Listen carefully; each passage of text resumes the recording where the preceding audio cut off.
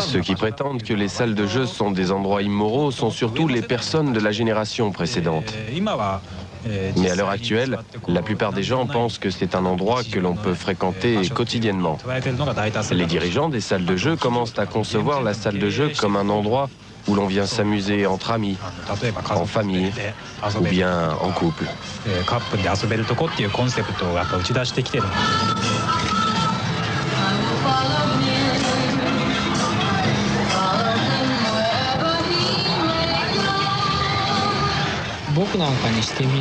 Pour moi, fréquenter une salle de jeu, ce n'est pas un acte particulier. Ce qui est spécial pour moi, c'est plutôt de faire du sport ou de suivre un cours d'anglais. Le jeu est une chose quotidienne, c'est vraiment tout à fait ordinaire.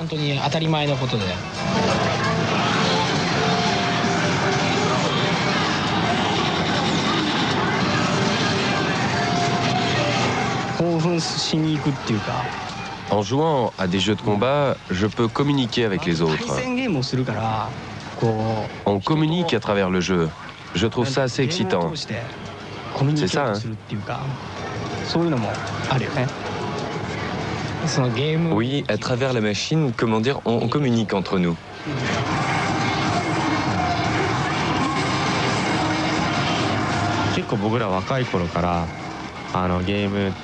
On a été familiarisé aux jeux depuis qu'on est enfant. Jouer, c'est quelque chose de quotidien. Je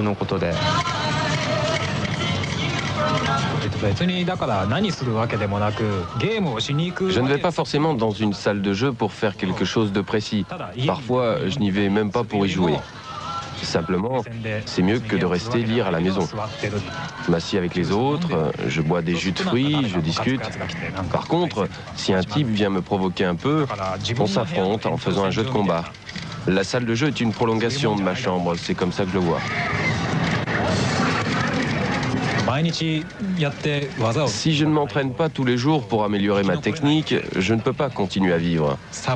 Pour survivre, il faut que je vienne ici.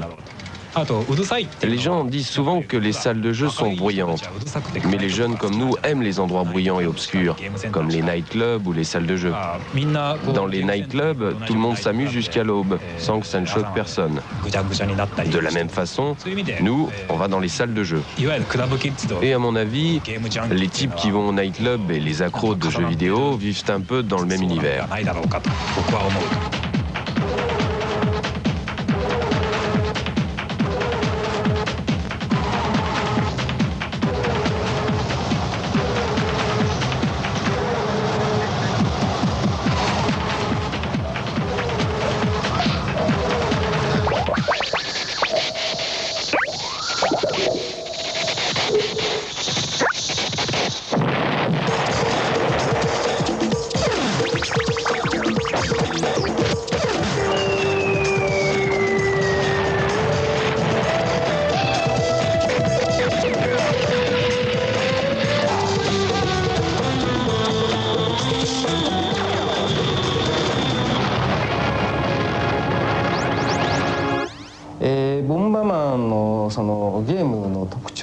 Bomberman a comme particularité d'être simple et amusant à la fois. Cette simplicité est une chose qui se trouve actuellement très peu dans les autres jeux.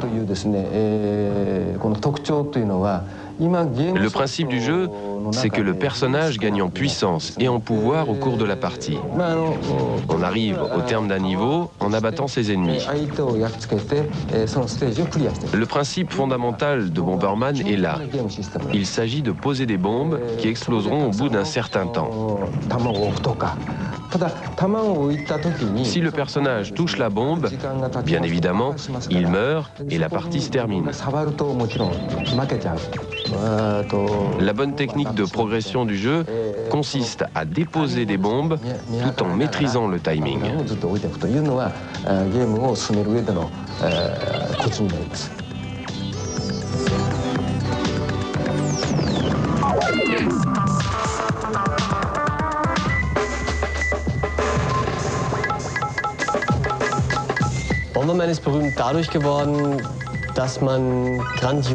Bomberman s'est principalement fait connaître par son côté grandiose et collectif.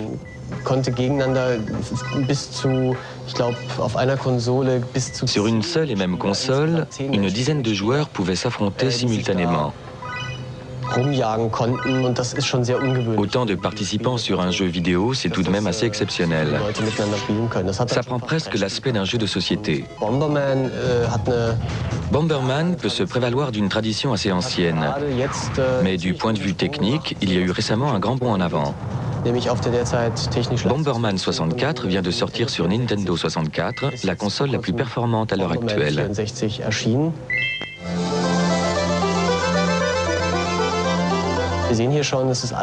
Là, nous sommes face à un univers totalement en 3D, où l'action se déroule en temps réel.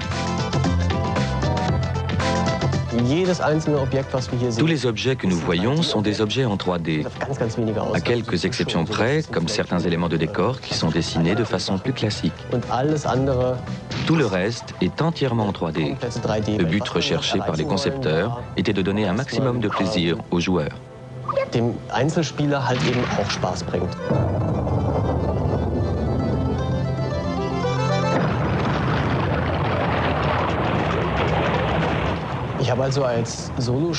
Quand je joue seul, j'ai la possibilité d'explorer des univers très grands, très complexes et très variés.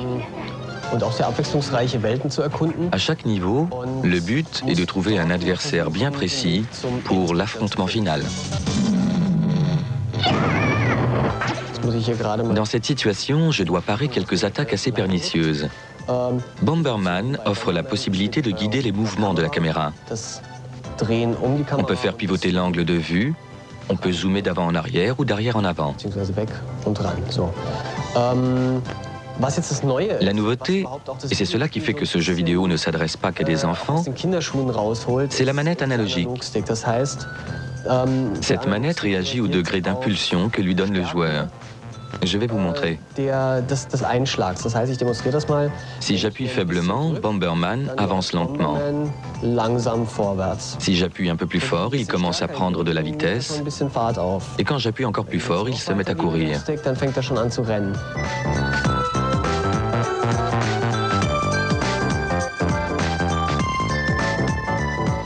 Le jeu requiert des connaissances de physique proches de celles d'un artificier. À certains endroits, il faut utiliser une charge explosive adéquate, sinon on n'avance pas. Nous nous trouvons devant une passerelle qui refuse de s'ouvrir. Si je dépose une bombe normale et si je la fais exploser, on voit qu'il ne se passe pas grand-chose. Par contre, si je gonfle une de mes bombes pour lui donner une taille et une efficacité plus importante, vous voyez ce qui se passe. La passerelle se rabat et je peux continuer. Le prochain adversaire apparaît immédiatement. Je m'en débarrasse à l'aide de 2 nouvelles bombes et je poursuis ma route. Par endroits, c'est assez compliqué et il faut vraiment se casser un peu la tête. Bien sûr, c'est un jeu qui requiert pas mal d'agilité au niveau des doigts, mais il faut surtout savoir se servir de sa tête. C'est d'ailleurs pour cette raison que le jeu reste très amusant, même quand on y joue tout seul. Là, je lance une bombe sur cet immeuble et l'instant d'après, j'ai toute une ribambelle d'adversaires qui me tombent dessus. Ce que je viens de faire, c'est un attentat terroriste. Mais le graphisme du jeu est suffisamment naïf pour ne poser des problèmes moraux à personne.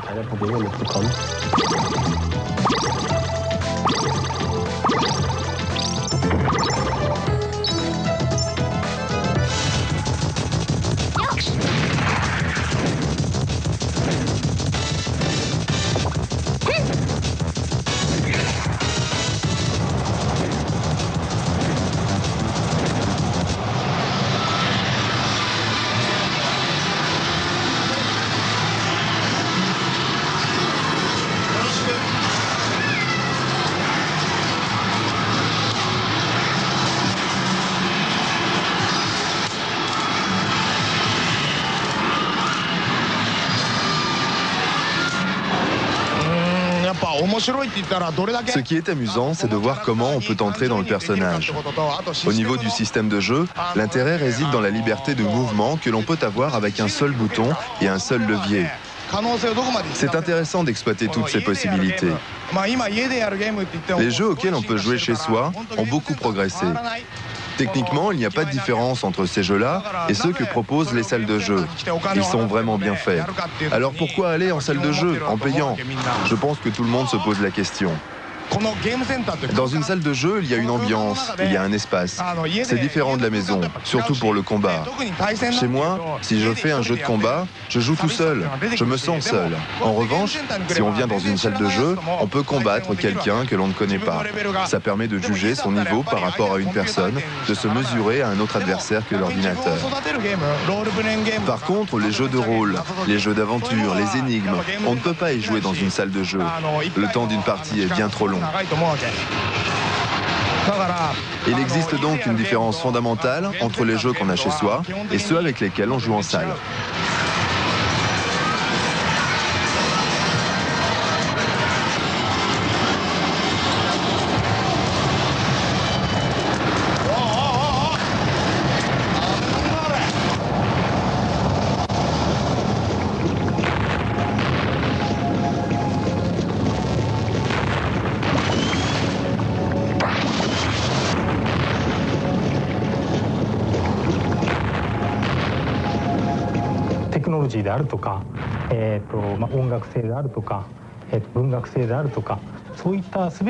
On ne peut pas réaliser une bonne œuvre si l'on n'atteint pas le plus haut niveau dans tous les domaines.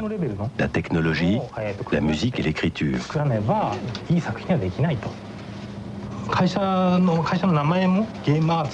Notre société s'appelle Game Arts. Depuis le début, nous pensons que le jeu est un art. À l'époque, le jeu n'était reconnu que comme un simple loisir, et de surcroît, un loisir qui était jugé socialement néfaste.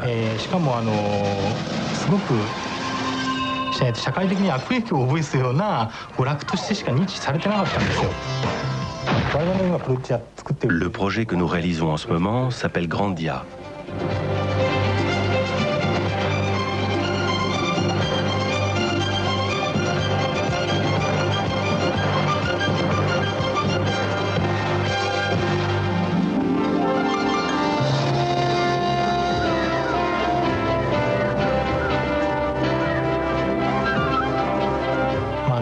Nous voulions concevoir un jeu sur le thème de l'aventure.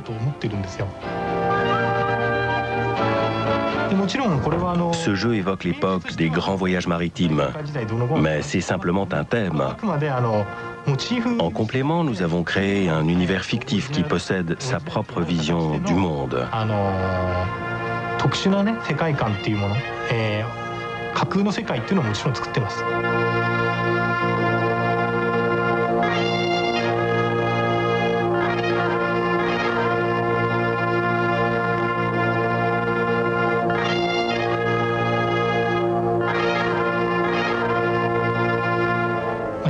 Le protagoniste est un jeune garçon qui aime l'aventure.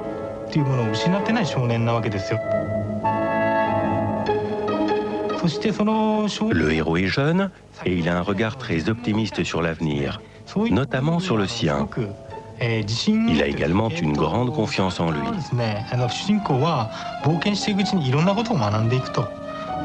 Au cours de son aventure, le personnage apprend beaucoup de choses. Bien sûr, il y a des choses amusantes et d'autres plus tristes. C'est très varié. Dans notre représentation du temps, le voyage du protagoniste dure à peu près 1 an.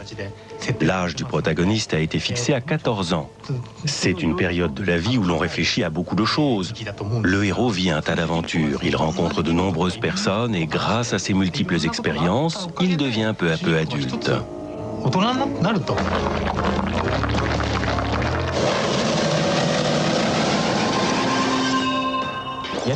À présent, nous nous trouvons sur un écran de combat.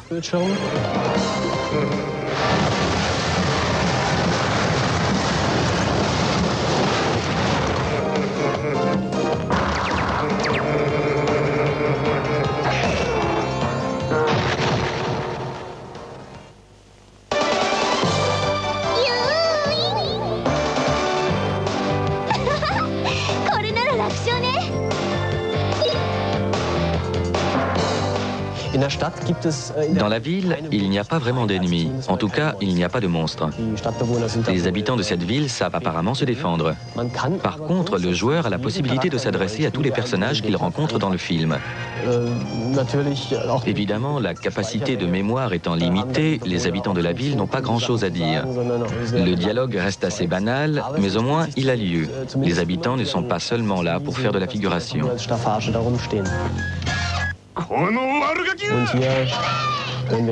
Dans cette séquence, on entend d'abord des voix et hop, voilà le héros de l'histoire qui effectue un superbe vol plané hors d'une maison que nous supposons être un café.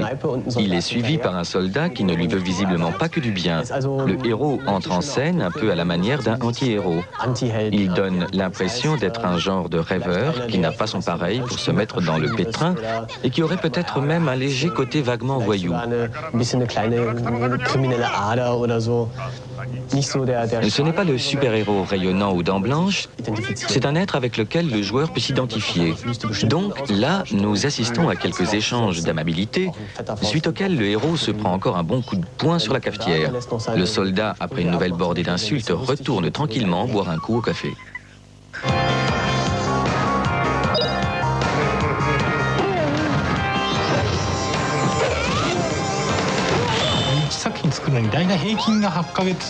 En général, pour réaliser une œuvre, il faut compter en moyenne 8 mois à 1 an. Pour les œuvres plus ambitieuses, le délai est évidemment plus long. Ces œuvres longues sont réalisées comme des chefs-d'œuvre. Ce sont des jeux dans lesquels les entreprises investissent énormément d'efforts, mais il y en a très peu. Actuellement au Japon, je pense qu'environ 1000 titres sont mis sur le marché par an. Et parmi ces 1000 titres, seuls 10 ou 20 sont de grandes œuvres. Nous, il nous a fallu 4 à 5 ans pour réaliser Grandia.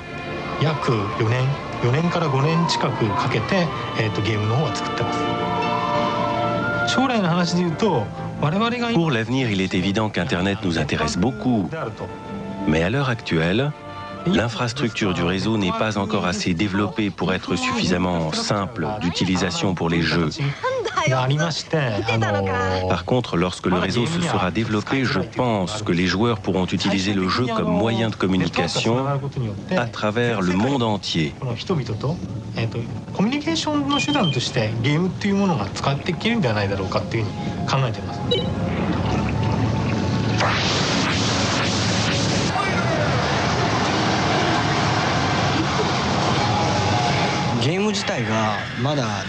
De façon générale, je pense que le jeu en est encore à ses balbutiements. Il est comme un nouveau-né. Et à chaque fois qu'un jeu sort, il est différent, plus évolué que les précédents.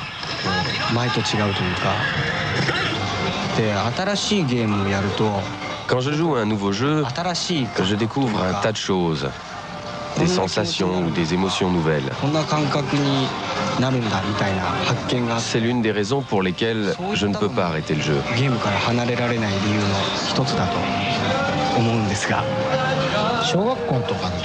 La relation que j'ai avec le jeu existe depuis l'enfance. Le jeu est là tout le temps, à côté de la télé.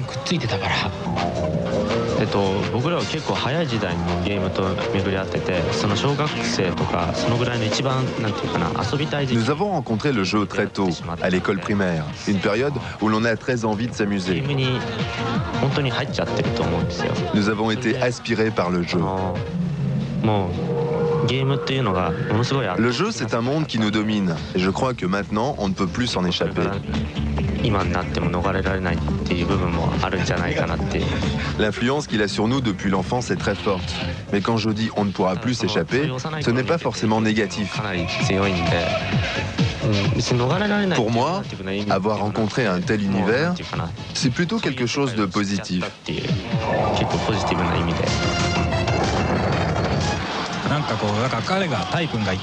Ce qui nous tente, mon copain Tai et moi-même, c'est de découvrir des évolutions technologiques et visuelles tout en expérimentant des nouvelles sensations.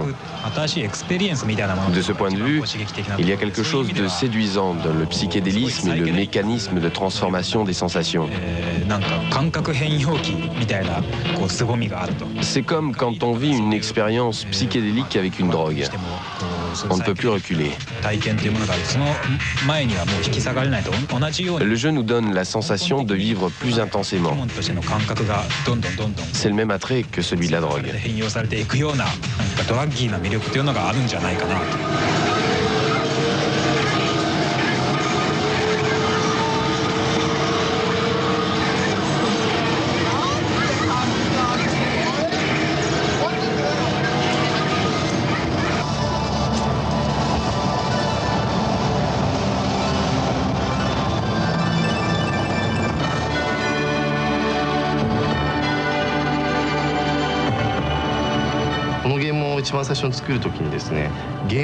En concevant ce jeu, l'idée première était de donner une émotion au joueur lui-même.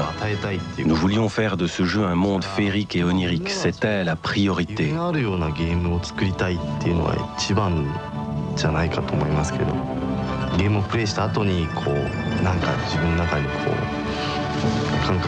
Les émotions que nous souhaitions transmettre étaient telles que le joueur devait se sentir apaisé ou ému après avoir joué une partie.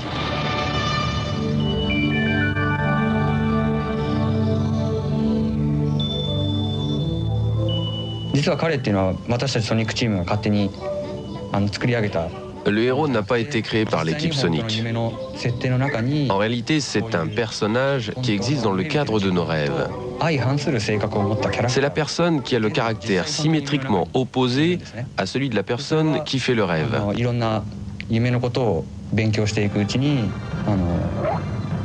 Nous avons étudié le rêve de très près, ce qui nous a appris beaucoup de choses. Par exemple, Jung, le psychanalyste, dit qu'il y a en nous tous un aspect refoulé de notre personnalité qui apparaît dans nos rêves pour s'opposer à nous. Jung appelle cela l'ombre.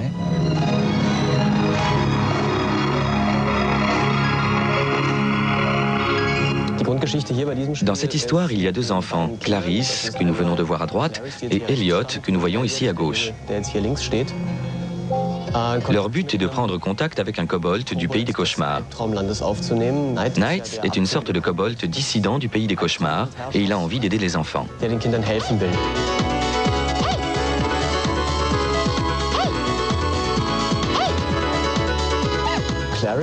Pour l'instant, Clarisse entre dans le palais de Knight. À partir du moment où elle a découvert cette aura rouge qui tourne autour d'elle, elle peut prendre contact avec Knight. Et ce n'est pas tout. À ce moment-là, elle devient Knight elle-même. Et lorsque Clarisse devient Knight, le joueur devient Knight lui aussi. Knight a le pouvoir de voler comme je vous le montre à présent. On peut faire des piquets, on peut remonter à la verticale et on peut aussi effectuer de très jolis loopings. Ces espèces de ballons bleu-gris qui tournent autour des enfants sont des boules d'aura magiques. Et on en a besoin pour survivre dans le pays des cauchemars.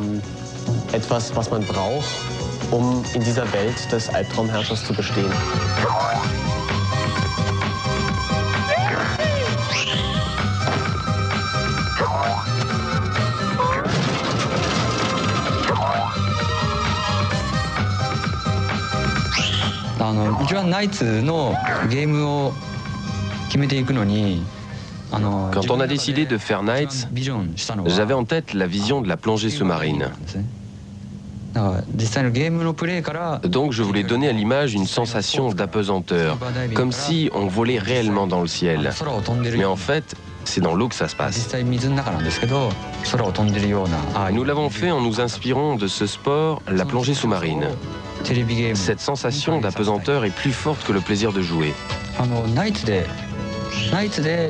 Avec Knights, nous ne voulions pas nous contenter de raconter une histoire. Parmi les médias actuels, le jeu est le seul à pouvoir exprimer des sensations réelles, comme le toucher, comme le fait de voler, de s'élancer dans le ciel, qui sont des sensations très agréables. L'interactivité est indispensable à cela. Ni le cinéma ni la télévision n'en sont capables.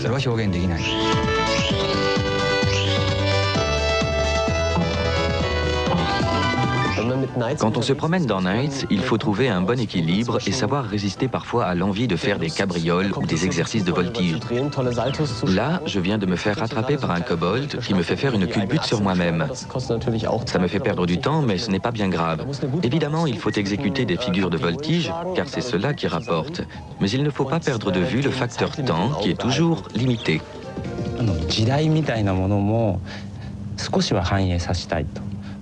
On voulait également essayer de montrer tout ce qui se passe dans l'inconscient des gens. Pour ce faire, on a relevé plusieurs mots-clés. Parmi ces mots-clés, il y a le mot « ange ». Et dans le domaine de la mode, l'expression « gender mix », qui signifie mélange de genres.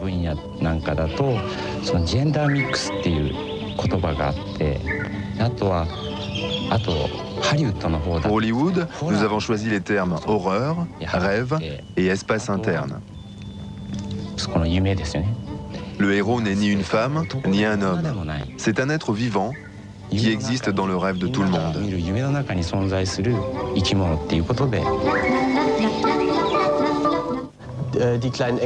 Les petits anges qui sont en train de s'attrouper autour de Nights proviennent d'une idée assez géniale. Ils peuvent en effet être gentils ou être méchants. Tantôt, ils essaieront de retenir Nights pour lui faire perdre du temps, tantôt, ils le précipiteront dans une bonne direction, ce qui lui permettra de ramasser quelques boules supplémentaires. Parfois, ils n'ont envie de rien faire du tout, comme ici, et ils se contentent de virevolter de gauche à droite. Cette forme d'intelligence artificielle est une des caractéristiques de ce jeu. L'intelligence artificielle est toujours très particulière car les choses n'évoluent plus de façon linéaire, mais elles ont leur propre esprit.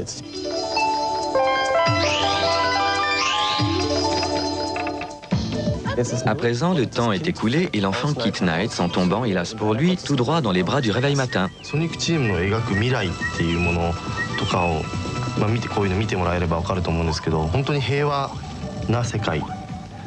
Le futur décrit par les jeux de Sonic laisse espérer qu'à l'avenir le monde sera très paisible et harmonieux. Dans Nights, il n'y a aucun conflit entre les pays. C'est comme s'il n'y avait qu'un seul pays dans lequel tout le monde vivrait paisiblement. En effet, le 21e siècle, tel qu'on l'imaginait à l'âge d'enfant, était une époque de paix et de progrès technologique. Mais cet avenir restera sans doute un rêve. Maintenant, nous nous trouvons à 2 ans à peine du 21e siècle et il n'y a pas beaucoup d'espoir que ce rêve devienne réalité.